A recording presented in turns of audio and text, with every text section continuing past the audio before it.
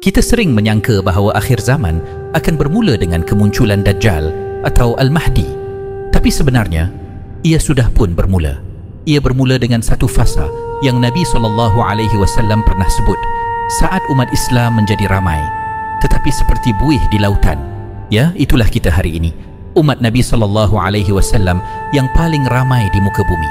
Tapi keberanian kita tak lagi digeruni, suara kita tak lagi didengari, darah kita murah, maruah kita hilang. Dunia Islam hari ini terpecah kepada lebih 50 negara. Setiap satu ada benderanya, pemerintahnya, kepentingannya. Sedangkan musuh bersatu. Mereka tahu kalau umat Islam bersatu, mereka akan kalah.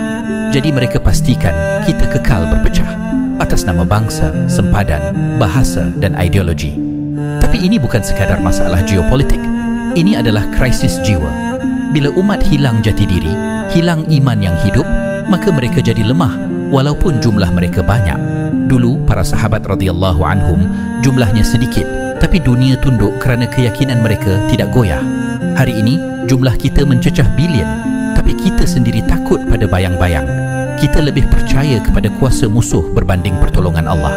Kita lebih bangga dengan pakaian luar berbanding pakaian takwa. Kita lebih sibuk bergaduh sesama sendiri berbanding memikirkan musuh yang menanti di luar pagar.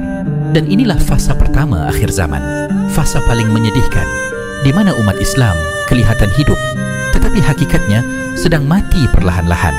Nabi SAW tidak pernah menipu. Baginda pernah sebut, umat Islam akan seperti buih, hanyut mengikut arus, tidak punya kekuatan sendiri. Tapi baginda juga tidak pernah menutup pintu harapan, kerana dalam fasa inilah akan muncul segolongan kecil yang bangkit, yang menghidupkan kembali semangat Islam.